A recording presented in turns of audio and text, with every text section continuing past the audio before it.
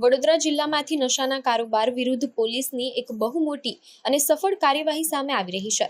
વડોદરા જિલ્લા special operation group એટલે કે એસઓજીની ટીમે એક ચોક્કસ બાતમીના આધારે ડેસર તાલુકાના ગોતરડી ગામમાં આવેલા બે અલગ અલગ ખેતરોમાં અચાનક દરોડા પાડ્યા હતા। આ સર્ચ ઓપરેશન દરમિયાન ખેતરમાં કાયદેસરના પાકની આડમાં ગેરકાયદેસર રીતે વાવેલા ગાંજાના 22 જેટલા લીલાછમ છોડ મળી આવતા પોલીસ પણ ચોંકી ઉઠી હતી। તપાસમાં બહાર આવ્યું છે કે નરવત પરમાર અને લક્ષ્મણ પરમાર નામના બે સ્થાનિક ખેડૂતોએ પોતાની માલિકીની જમીનમાં જ આ ગાંજાના છોડનું છુપી રીતે રોપાણ કર્યું હતું। પોલીસે ત્વરિત કાર્યવાહી કરીને ખેતરમાંથી અંદાજે 19 કિલો કરતાં વધુ વજનનો ગાંજાનો આ લીલો જથ્થો જપ્ત કરી લીધો છે। આ સાથે જ આશરે 9.90 લાખ રૂપિયાની કિંમતના મુદ્દામાલ સાથે બંને આરોપી ખેડૂતોની સ્થળ પરથી જ ધરપકડ કરી લેવામાં આવી છે।